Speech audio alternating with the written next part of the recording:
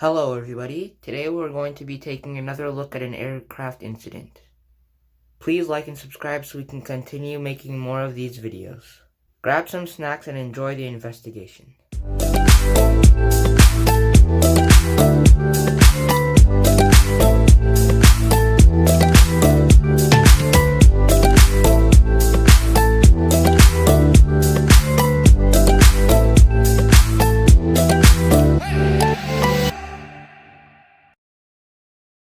Today we'll be looking at the SAAB 340B that crashed in Amsterdam on April 4th, 1994. The aircraft was carrying 3 crew on board as well as 21 passengers, making for a total of 24 people on the plane. The captain and co-pilot had many hours of experience in total as well as on this aircraft.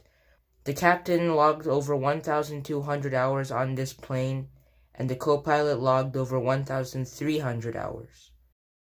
As the aircraft taxied towards runway 24R, everything was going very smoothly. There are no signs of any issues with the aircraft, all the maintenance checks were completed, and everything looked good as the aircraft moved towards the runway. About 10 minutes after takeoff, and as the plane passed 17,000 feet, the master warning was triggered by the right engine oil pressure. Oil pressure dropped dramatically, causing concern in the crew. The captain set the right-hand engine to idle and checked the emergency checklist. After checking the emergency checklist, making sure this was a real emergency, the right-hand engine oil pressure light was still on, and the captain decided to return to the airport in Amsterdam. An important note for later. The right-hand engine remained in flight idle mode during the remainder of the flight, meaning it was not producing any thrust. The aircraft was a considerable distance from the airport, so it would take a while to land. Since this was a relatively long flight for this aircraft, it had a nearly full load, meaning it would be difficult to land. Not only that, but with only 50% engine power, it would be extremely difficult to keep the airplane in the air runway, while at the same time landing on the runway. Displaced to the right, and a go-around was initiated. This would prove clear as it approached the runway.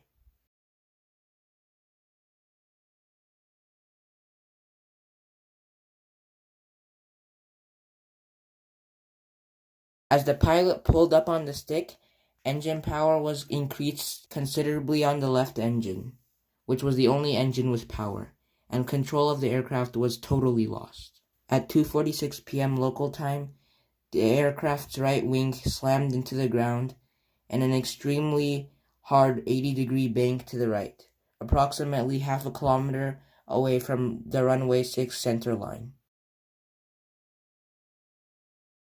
As the pilot increased throttle on the left engine and pulled up, the aircraft struggled to maintain altitude and maintain balance. The aircraft began to roll uncontrollably, and as control was lost, the aircraft began to dive towards the ground.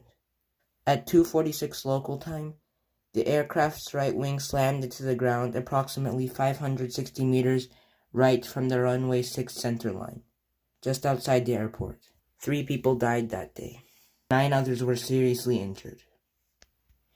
The likely cause of the incident was inadequate use of flight controls during an asymmetric go-around, resulting in total loss of control. Basically, what an asymmetric go-around for this specific aircraft meant was that only one engine was functioning, and that it was the left one. The flight controls were inadequately used because the pilot decided to pull up drastically on the stick while also increasing thrust for the left engine, creating a misbalance. Since the right engine was malfunctioning and only the left engine was working, it created an imbalance which caused the aircraft to slowly roll towards the right. Also, with inadequate thrust, the aircraft was barely able to gain enough speed. As it slowly turned towards the ground, it lost speed and altitude fast.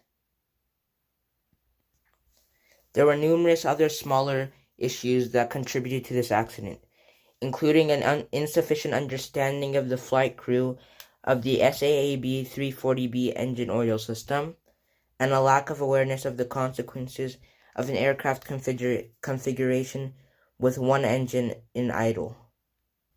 This accident likely could have been averted, but the captain and his co-pilot tried his hardest to keep the plane in the air. Multiple landings have been accomplished with this specific aircraft and those specific consequences before, but however, the captain and co-pilot didn't have enough experience with this specific situation, leading to the incident. Thanks to everybody who tuned in for the first episode, as well as in this second episode. If you would like to see more, please drop a like, put a comment down below, and subscribe so we can keep making these videos. Thanks as always, and until next time, SFS Launch out.